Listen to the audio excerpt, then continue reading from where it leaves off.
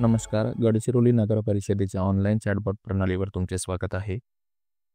या प्रणालीचा ॲक्सेस करण्याकरता सर्वप्रथम आपल्याला स्क्रीनवर दिसत असलेला मोबाईल नंबर आपल्या मोबाईलमध्ये सेव्ह करून घ्यायचा आहे.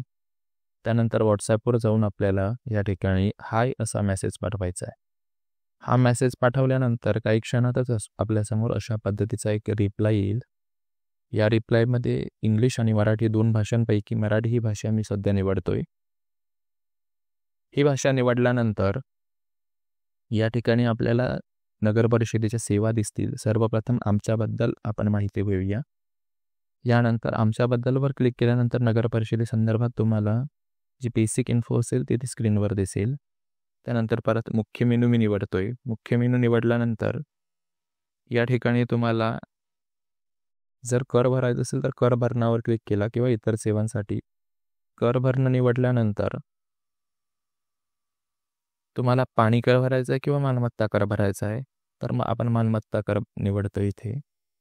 मालमत्ता कर निवडल्यानंतर या ठिकाणी तुम्हाला एक प्री रेकॉर्डेड मेसेज परत येईल. या ठिकाणी कधी कधी थोडा विलंबही होऊ शकतो. तत्पूर्वी मालमत्ता कराची जी पावती दिसते ही तुमच्याकडे ठेवायला पाहिजे तुम्ही. या ठिकाणी व्हॉट्सॲप असेसमेंट क्रमांक जो या पावतीवर दिलेला आहे तो या ठिकाणी प्रविष्ट करायचा. हा क्रमांक पाठवल्यानंतर तुम्हाला तुमच्या मालमत्ता करासंदर्भात संपूर्ण माहिती मिळेल.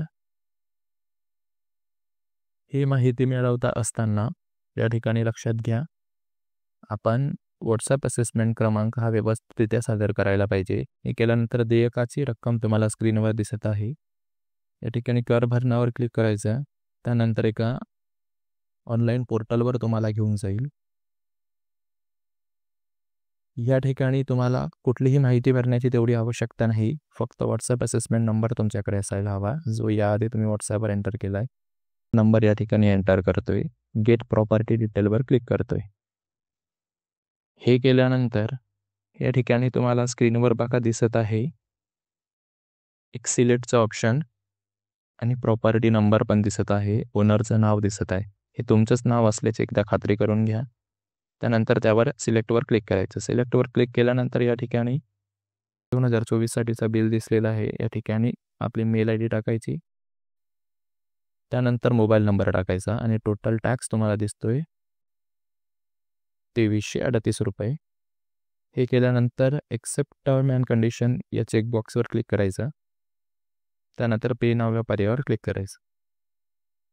पे नाव या पर्यायाचा वापर केल्यानंतर आपल्याला पेमेंट मोडवर रिडायरेक्ट केले जाईल. हा जो पेमेंटचा ऑप्शन आहे या ठिकाणी तुम्ही गुगल पे, फोनपे, पेटीएम किंवा इतर UPI पर्यायांचा वापर कार्ड किंवा नेट बँकिंगच्या सहाय्याने पेमेंट करू शकता. त्यासाठी पे नाववर क्लिक करायचा आणि तो पेमेंट पूर्ण करायचा.